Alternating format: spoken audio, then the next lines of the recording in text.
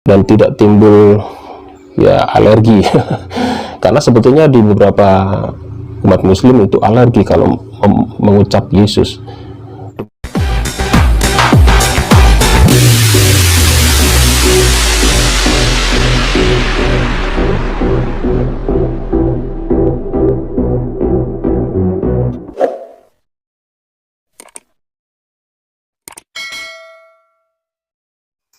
Salam teman-teman sekalian, berjumpa kembali dengan saya Arif Gule di channel TV Laskar Kristus ini.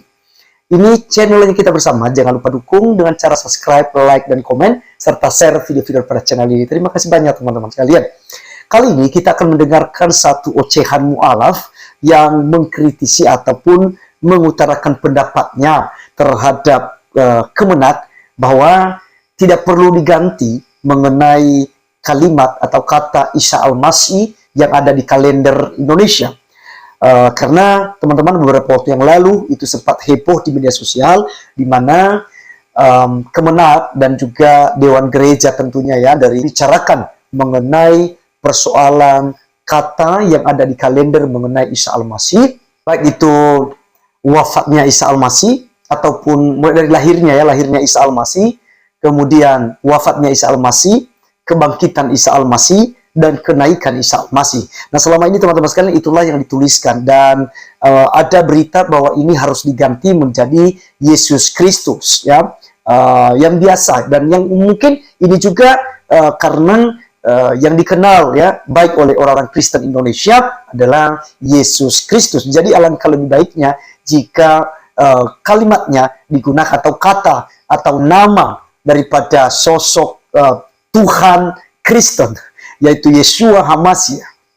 Alangkah lebih indahnya jika itu yang dipakai menjadi kelahiran Yesus Kristus, kematian Yesus Kristus, kebangkitan Yesus Kristus, dan kenaikan Yesus Kristus. Baik teman-teman sekalian, ya, mari kita mendengarkan apa yang menjadi omelan daripada mu'alaf yang ada berikut ini. Ada dua pengertian yang sangat mendasar di sini, yaitu kata-kata Isa dan kata-kata Yesus. Sebetulnya siapa sih namanya yang betul ya? Kalau kita umat muslim, dan juga termasuk saya juga dulu mantan Kristen, saya meyakini bahwa apa yang disebut di dalam Al-Quran, yaitu Isa, Nabi Isa, itu juga adalah sama dengan apa yang disebut oleh rekan-rekan kita di Kristen, yaitu Yesus. Jadi saya mempunyai pendapat bahwa Isa dan Yesus itu adalah sama. Kenapa saya mempunyai pendapat tersebut? Saya mempunyai dasar ya. Nanti akan saya uraikan dasar-dasar ini supaya teman-teman atau rekan-rekan semuanya paham di sini. Bahwa sebetulnya nama Isa dan nama Yesus itu adalah satu orang. Dan orang itu adalah sama. Jadi sebetulnya para uskup, bahkan Bapak Menteri itu tidak usah merubah nama tersebut. Karena nama ini sudah ditetapkan jauh hari. Dan itu orang muslim juga mendengarkan itu enak dan tidak timbul ya alergi. Karena sebetulnya di beberapa umat muslim itu alergi kalau mengucap Yesus. Demikian juga sebaliknya, orang Kristen juga alergi kalau mengucapkan kata-kata Isa. Ini ada dua kubu yang sangat bertolak belakang dan juga tidak bisa disatukan ya. Seakan-akan ucapan Isa itu miliknya orang Islam, ucapan Yesus itu miliknya orang Kristen. Bahkan ada yang berpendapat bahwa antara Isa dan Yesus itu adalah dua orang yang berbeda. Apakah betul pendapat ini? Ya, nanti kita uraikan ya. Saya juga tidak memaksa Anda untuk mempercayai saya, tetapi saya akan sedikit memberikan sebuah pemahaman kepada saudara-saudara sekalian. Baik teman-teman sekalian, itulah yang disampaikannya ya. Karena panjang videonya, tetapi bagian inilah kita sudah melihat dan mungkin kita mengerti apa tujuan dan maksud dari videonya. Kalau dari awal tadi ya, saya nangkap dia katakan bahwa tidak perlu ya keuskupan ataupun orang-orang Kristen lah ya, kemudian dari Kemenak untuk mengganti kata Isa Al-Masih menjadi Yesus Kristus ataupun Yeshua HaMashiach. Karena teman-teman, menurut dia kata Isa Al-Masih itu sudah sejak dulu dibuat, kenapa harus dirubah gitu. Nah, hal ini dulu poinnya di sini. Saya mau kritisi hal itu. Ya, Bapak mualaf yang terhormat, Anda tidak punya hak di sana untuk mengatur keuskupan dan juga mengatur kemenak. Ya, ini bukan soal agama Islam. Yang dibicarakan ini jangan kamu kait-kaitkan tentang iman Islam. Ya, yang sedang dibahas oleh kemenak dan juga keuskupan, ataupun mungkin nanti akan dilibatkan juga kekristenan, ya, dari Persekutuan Gereja Indonesia misalnya, atau Persekutuan Gereja Lembaga Injil Indonesia misalnya. Jadi ini harus orang Kristen yang bertindak, bukan dari pihak Muslim. Karena ini bukan menyangkut kepercayaan ataupun iman daripada umat Muslim. Kalau tadi dia katakan teman-teman sekalian ada kesamaan antara Yesus dan juga Isa, ya bisa jadi 50% ada. Karena orang-orang Islam selalu menyerang kekristenan juga, ya, karena pemahaman mereka tentang Isa itu bukan Tuhan. Itulah sebabnya kedua agama ini dari dulu sejak munculnya Islam sampai pada hari ini selalu bertolak belakang. Ya, tidak akan pernah cocok. Nah, teman-teman, kalau kita mau lihat sebenarnya kalau orang Kristen mau urus hal ini, justru orang Kristen yang banyak mengkritisi Islam. Tetapi ini terbalik. Justru Islam banyak mengkritisi Kristen. Banyak menjelekkan Kristen. Bilang Kristen itu sudah rusak, ya, di tahun 325. Dibilang Kristen itu kafir karena mentuhankan Yesus atau Isa menurut Muslim gitu ya. Padahal sangat jelas sekali bahwa Isa dan Yesus itu berbeda, teman-teman. Ceritanya berbeda. Isa menurut Al-Quran lahir di bawah pohon kurma. Sementara Yesus Kristus lahirnya di kandang domba di Bethlehem. Jadi udah jauh beda, teman-teman ya. Jauh beda. Kemudian di dalam Al-Quran dijelaskan bahwa Isa tidak mati di salib, tetapi diserupakan. Isa diangkat ke langit. Sementara di Alkitab, ya, di Kristen dijelaskan bahwa Yesus Kristus mati di salib, Yesus Kristus juga bangkit dari antara orang mati, menampakkan diri, dan naik ke surga disaksikan ribuan mata. Ya, ketika dia kembali kepada kekekalannya. Nah, teman-teman sekalian, hal ini dia mencoba untuk membawa sebuah narasi seakan-akan iman Islam dengan iman Kristen ini sama gitu ya, karena merujuk kepada orang yang sama. Tidaklah demikian. Ya, kepercayaan daripada Islam bahwa Isa bukan Tuhan, kalian tidak bisa paksakan kepada imannya orang Kristen. Karena kami orang Kristen, ya, sangat paham tentang apa yang kami sembah, sangat mengerti tentang iman kami. Yesus Kristus adalah Tuhan bagi kami, tapi bukan Tuhan bagi Anda, karena Anda tidak percaya tentang ketuhanan Yesus. Dan mau bagaimanapun juga kami menjelaskan tentang ketuhanan, konsep Tuhan dalam kekristenan, Anda tidak paham. Sebab Anda bukan orang pilihan.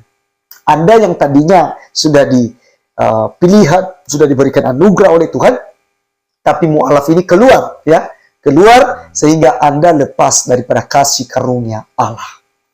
Karena keselamatan hanya ada di dalam Yesus Kristus. Di luar Yesus tidak ada keselamatan. Ini menurut perspektif kekristenan.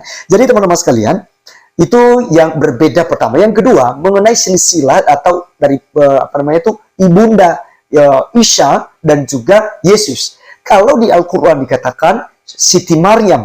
Nah, di mana ini juga bertolak belakang karena Siti Maryam ini ya adalah saudara Harun dan juga saudara Musa. Kemudian dikatakan bahwa ibunda daripada Maria ibu Yesus atau Isa yang mereka maksud juga dikatakan ya itu lahir dari keluarga Lewi yang bernama Hana, ya, yang berdoa di Bait Allah ketika Imam Eli menjadi seorang imam di Bait Allah, dan karena dia disakiti oleh Penina, istri kedua daripada suaminya Imran, mereka bilangnya Imron. Jadi teman-teman sekalian, mereka katakan bahwa Hana minta anak laki-laki tetapi Tuhan memberikan anak perempuan. Itulah Maryam katanya. Nah, padahal teman-teman sekalian, Alkitab dengan jelas menjelaskan kepada saya dan kepada kita semua bahwa yang diminta oleh Hana anak laki-laki dan itu diberikan oleh Tuhan. Itu namanya Samuel. Nabi Samuel yang kita kenal. Jadi bukan Maria atau Maryam yang mereka maksudkan. Kemudian teman-teman, mereka juga katakan bahwa Isa itu punya mujizat ketika dia bermain-main dengan debu atau tanah, lalu dia tiup tanah itu jadi burung katanya, ya, mujizat itu. Bahkan dikatakan juga Isa udah berbicara dari sejak kandungan ibunya, gitu ya, sudah biasa bicara. Padahal teman-teman, hal itu tidak ditemukan dalam Alkitab karena itu tidak pernah terjadi. Nah, dari mana mereka dapatkan ini? Dari kitab-kitab apokrifa, Injil palsu yang ditulis oleh Rasul Thomas kata mereka, kemudian juga dari kitab-kitab apokrifa yang tentunya sudah melenceng daripada iman kekristenan yang sesungguhnya. Sehingga teman-teman sekalian, cerita-cerita daripada Injil apokrifa, baik itu Injil Barnabas, ya, Injil Thomas tadi, dan banyak lagi ya kitab-kitab yang ditulis yang bukan asli daripada sejarah ketuhanan daripada Yesus Kristus atau riwayat kehidupannya selama berada di muka bumi. Jadi teman-teman sekalian, semuanya dipelintir. Maka adalah fitnah itu tadi, Yesus tidak disalib tapi diserupakan. Yesus itu bukan Tuhan. Ya, Yesus itu hanya utusan. Dan macam-macam lah fitnah-fitnah terhadap orang Kristen. Tetapi yang jelas, Alkitab dari kitab Kejadian sampai kitab Wahyu telah menerangkan kepada kita bahwa Yesus Kristus, dialah Tuhan pencipta langit dan bumi yang telah menyatakan dirinya kepada Abraham, kepada Yakub, dan kepada Ishak. Dan teman-teman sekalian, itulah Allah yang kita sembah, yaitu Allahnya Abraham, Ishak, dan Yakub, yang memiliki 3 pribadi dalam satu hakikat. Pribadi Bapa, pribadi Firman, yaitu Yesus Kristus, dan pribadi Roh, yaitu Roh Kudus, yang menyertai saya dan teman-teman semua sampai pada detik ini. Jadi teman-teman sekalian, kembali kepada topik mengenai rencana digantikan hal itu. Harapan saya dari saudara-saudari saya yang Islam, janganlah keberatan. Karena yang kita mau bahas ini adalah iman Kristen. Jadi kami lebih senangnya kalau itu dikasih nama Yesus Kristus, ya. Sama halnya ketika misalnya kalian juga cantumkan yang nama Muhammad, ya, dan misalnya kami keberatan, oh kami tidak setuju, ya, dikasih nama Muhammad dan macam-macam. Bagaimana perasaan kalian? Bagaimana hati kalian? Pasti kalian nggak terima. Demikian juga kekristenan. Jadi mari, ya, ciptakan damai, mari kita urus agama masing-masing, ya. Pak Edi ini, kalau nggak salah namanya Pak Edi yang mualaf ini, ya.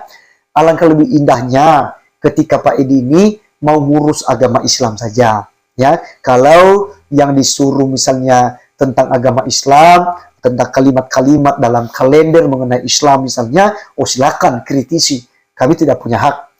Tetapi ini kan mengenai kepercayaan kami sebagai orang Kristen, apa urusan Anda?